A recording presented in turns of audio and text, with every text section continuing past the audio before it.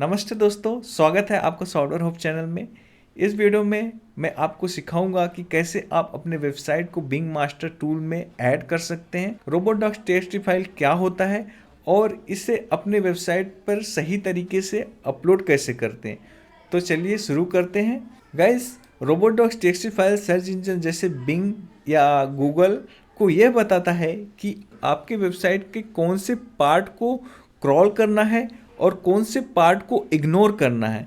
यह आपके वेबसाइट की एसईओ के लिए ज़रूरी है और आपकी साइट की विजिबिलिटी को मैनेज करने में मदद करता है। चलिए इसे सेट करना सीखते हैं। गाइस, रोबोडॉक्स टेक्स्ट फाइल एक छोटा सा टेक्स्ट फाइल होता है जो सर्च इंजन के लिए कुछ रूल बताता है। एग्जाम्पल के तौर पे मैं आपको बताऊं तो यहाँ पे लिखा है यूजर एजेंट डिसअलाउ प्राइवेट। सभी सर्च इंजन को यह बताता है कि मेरे प्राइवेट फोल्डर को क्रॉल ना करो। किसी एक पर्टिकुलर फोल्डर को अगर आपको डिसअलाउ करना है कि मेरे इस प्राइवेट फोल्डर को आप क्रॉल मत करो, तो उसको क्रॉल नहीं करेगा। यहाँ पे सपोज मैंने यहाँ पे प्राइवेट लिखा है, सपोज मैंने एक कॉपी करके और डाल दिया। यहाँ पे मैंने डाल दिया एडमिन फोल्डर जो होता है उसको क्रॉल ना करे, क्योंकि ये हमारा प्राइवेट डेटा होता है, इसको हमको स्क्रॉल नहीं कराना है। तो यहाँ पे देखिए मैंने एडमिन डाल दिया। इसी तरह से जो भी आपका प्राइवेट खुद का फोल्डर है जिसको आप पब्लिकली रोबोट से क्रॉल नहीं कराना चाहते हो, किसी और सर्च इंजन से क्रॉल नहीं करना चाहते हो, तो यहाँ पे आप उस फाइल को यहाँ पे डाल सकते हो, इस कोड को डाल सकते हो और उस फोल्डर का नाम डाल के यहाँ पे डाल सकते हो। तो ये होता है अपना रोबोडॉक्स टेक्स्ट फाइल, जो कि डिसअलाउ करता है किसी भी फोल्डर को जिसको आपको क्रॉल नहीं कराना है, या फिर अलाउ कराता है कि कौन से पेज को, कौन से पोस्ट को क्रॉल कर सकते हो। यहाँ पे देखिए मैंने डाला साइट मैप। साइट मैप में जितने भी मेरे पेज होंगे, पोस्ट होंगे, उस सब के सब क्रॉल होंगे, अलाउड हैं, और जो डिसअलाउड है यहाँ पे उसको क्रॉल नहीं करेगा। That's it guys. अभी यहाँ पे हम देखते हैं कि बिंग मास्टर को कैसे सेटअप करेंगे। सिंपली यहाँ पे आपको साइन इन करना है।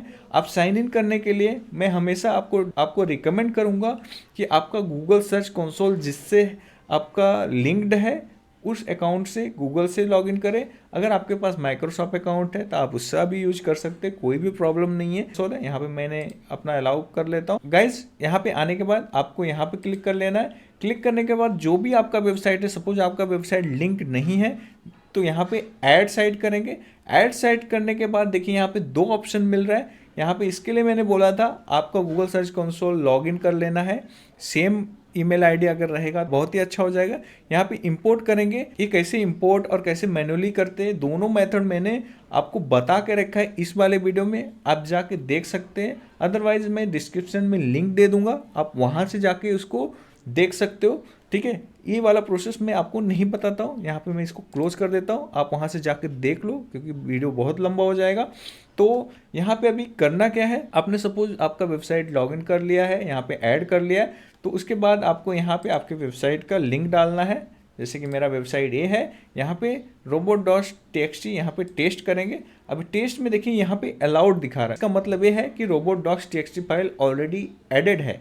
ठीक है, अगर आपका यहाँ पे नहीं दिखा रहा है तो आपको करना क्या है, उसका प्रोसीजर अभी हम देखते हैं। सिंपली आपको इधर नीचे आ जाना है स्क्रॉल करके, यहाँ पे आपको प्रोसीड करेंगे।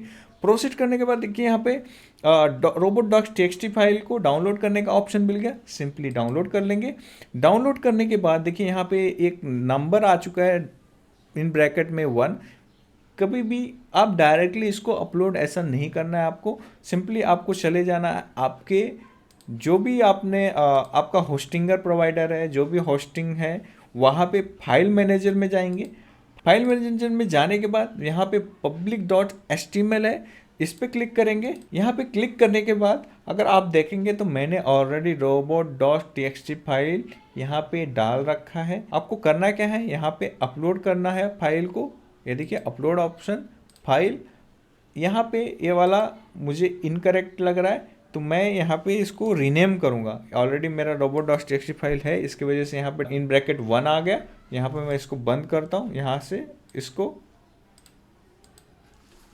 रीनेम करता हूँ। गाइज, मेक श्योर ये नाम करेक्ट रहे, अगर ये करेक्ट नहीं रहेगा आपका क्रॉल नहीं होगा आपका वेबसाइट। देखिए यहाँ पर रिप्लेस कब आ रहा है, क्योंकि मेरे पास ऑलरेडी है। यहाँ पे मैं रिप्लेस कर देता हूँ। देखिए मेरा फाइल रिप्लेस्ड हो गया robots.txt फाइल। मैं ओपन करके यहाँ पे देखता हूँ, ये देखिए यहाँ पे है। अभी मैं इतना करने के बाद इसको बंद कर देता हूँ। वापस से मैं चले जाता हूँ वेब मास्टर पे आ जाता हूँ।